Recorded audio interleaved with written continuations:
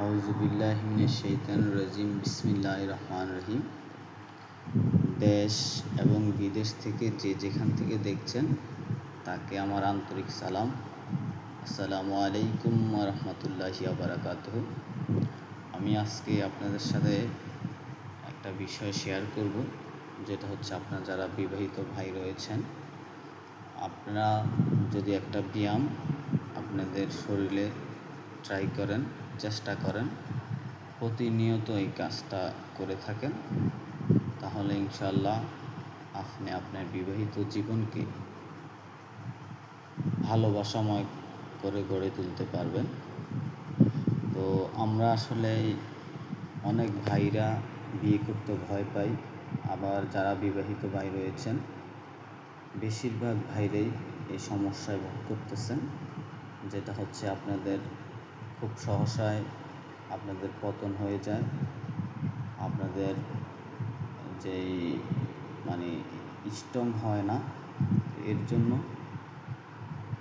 আমার কাছে ইউনানি কিছু ওষুধ রয়েছে, ওগুলা খাবেন। পাশাপাশি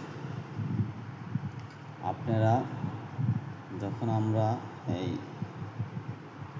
শারীরিক মেলামেশা করি, তখন এই মেলামেশা করার সময় আমরা যখন ধরেন এই মেলামেশা করতে থাকি, করার সময় একটা সময় বোঝা যায় যে আমাদের অর্গাজম হবে।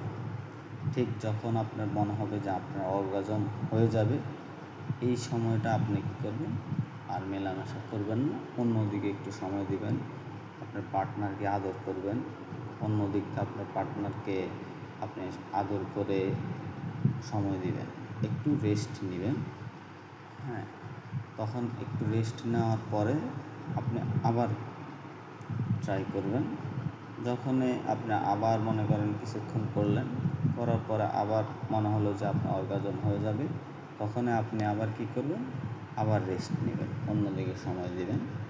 এইভাবে আপনি প্রতিনিয়ত যদি আপনি এই এক্সারসাইজটা আপনি করতে পারেন, এটা একটা সময় আপনার অভ্যাসে পরিণত হবে।